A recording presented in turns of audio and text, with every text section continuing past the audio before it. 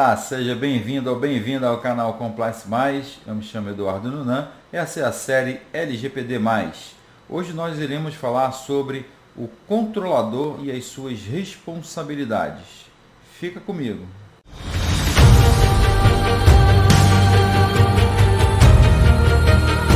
Muito bem, meus amigos. Hoje estou de volta, depois de algumas semanas aí de trabalho pesado, mas voltando aqui com os nossos vídeos.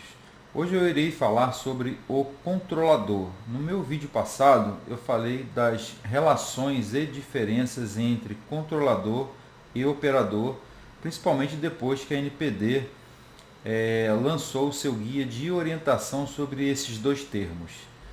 Diferenciações muito importantes que vieram para elucidar questões duvidosas antes desse guia. Então, a primeira coisa que você precisa entender é que o controlador ele pode ser tanto uma pessoa física quanto uma pessoa jurídica. Então é interessante não confundir, no caso da pessoa jurídica, que o controlador possa ser o representante legal dessa empresa, mas sim a própria PJ, ou seja, a pessoa jurídica que realiza todo o tratamento de dados de um determinado titular. Então esse é o primeiro conceito aí e distinções que você precisa compreender.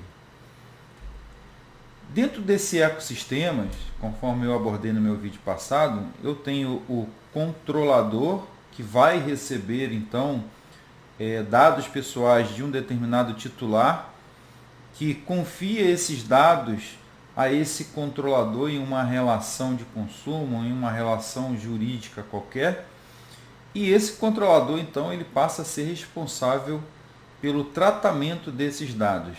Esse controlador, por sua vez, precisa nomear um encarregado, que eu tenho a NPD, que é a Autoridade Nacional de Proteção de Dados, responsável pela fiscalização e aplicação das sanções em caso de descumprimento.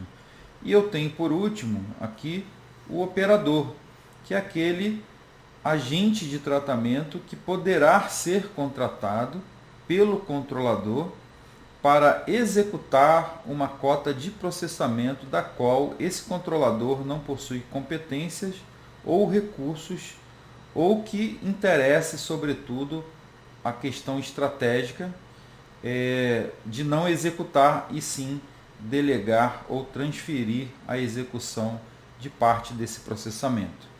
Então, dentro desse ecossistema aqui, a gente vai dar o destaque hoje para esse controlador. Portanto, o controlador, segundo a LGPD, no artigo 5º, é uma pessoa natural ou jurídica, conforme eu falei, de direito público ou privado. Então, eu estou falando aqui de entidades da administração privada ou órgãos ou entidades da administração pública, seja ela de direito público ou de direito privado, conforme o regime de criação dessa entidade ou órgão. E a quem compete todas as decisões. Então, sendo pessoa natural ou pessoa jurídica, responsável por determinado tratamento de dados de um determinado cliente, no caso titular dos dados pela LGPD, a ele compete todas as decisões de tratamento.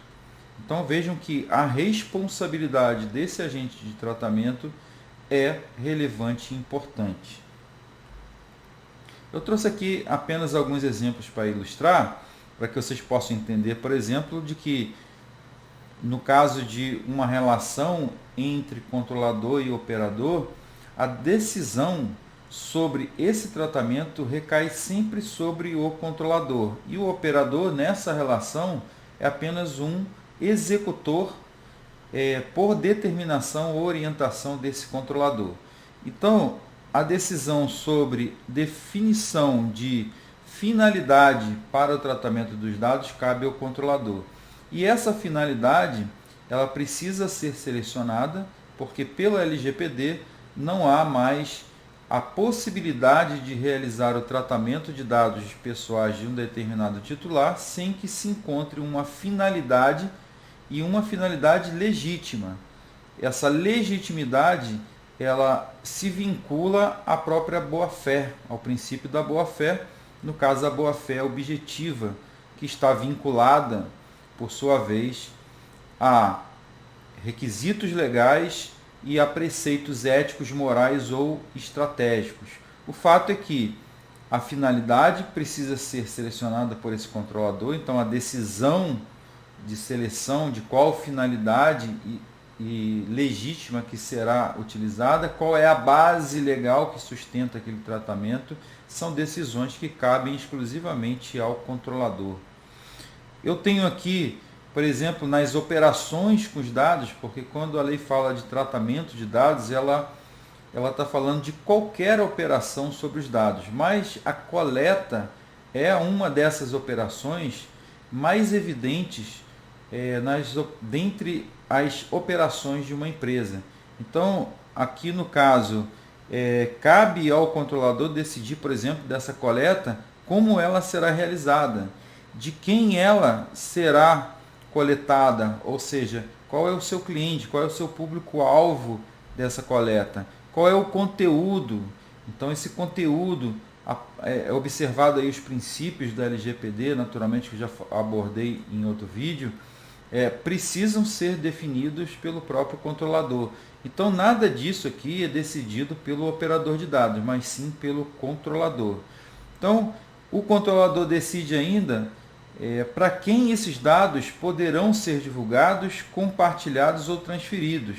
Naturalmente que qualquer operação realizada sobre esses dados precisa encontrar um amparo legal na LGPD. Qual é o tempo, né? Qual é a temporalidade desses dados para fins de tratamento? Isso também deve ser definido pelo controlador e relacionado sempre à finalidade ou à base legal que possa ser encontrada, que tenha aí um quesito obrigatório de cumprimento de tempo. É o caso, por exemplo, de informações relacionadas ao cumprimento legal do fisco. E a indicação desse DPO, a gente viu dentro daquela imagem que ilustra o ecossistema, né, da LGPD, os atores envolvidos nesse contexto da LGPD, de que o DPO ele executa as ações em nome do controlador, né, por determinação do controlador. Então o DPO precisa ser indicado também por esse controlador. Eu trouxe aqui também algumas outras com mapeamento em relação ao critério legal encontrado na LGPD. Então a gente tem lá a obtenção do consentimento, por exemplo, que é uma das bases legais, inclusive, para o tratamento de dados pessoais, que é uma responsabilidade do controlador. Então está lá previsto no artigo 7º, né, onde eu encontro as bases legais, e também no artigo 8º. A responsabilidade de informar, de prestar contas e de atender a pedidos de portabilidade, encontro lá no artigo 9º, onde eu tenho aqui grande parte dos direitos do titular previstos, e no artigo 18. Eu tenho aqui a responsabilidade de transparência, né, no caso da utilização, por exemplo, da base do interesse legítimo, está previsto lá no artigo 10.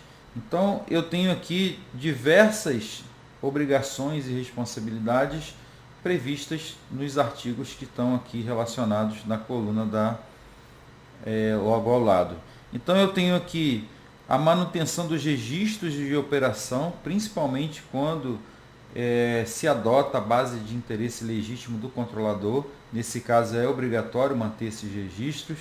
Eu tenho aqui a elaboração do relatório de impacto de risco desses dados pessoais, quando solicitado pela NPD, é uma das responsabilidades do controlador. A indicação do DPO, como eu falei, a reparação de danos. Então, em uma primeira linha, esse titular, quando se sentir lesado, né, por alguma ação desse controlador, ele vai acionar intuitivamente ou em primeira mão esse controlador. Então, reparar danos, né? Tanto patrimoniais, morais, individuais ou coletivos, está lá previsto no artigo 42. Comunicar a NPD a ocorrência de incidente de segurança, dependendo da sua gravidade, também está previsto lá no artigo 48. E as medidas que deverão ser providenciadas, adotadas por esse controlador, nos casos de incidente de segurança, né, com relação à sua divulgação e as medidas que deverão ser adotadas por esse controlador. Então, eu tenho diversas responsabilidades. Eu tenho a observância das boas práticas e padrões de governança previstos lá no artigo 50. Então, a gente tem aqui um rol de responsabilidades e atribuições exclusivas do controlador.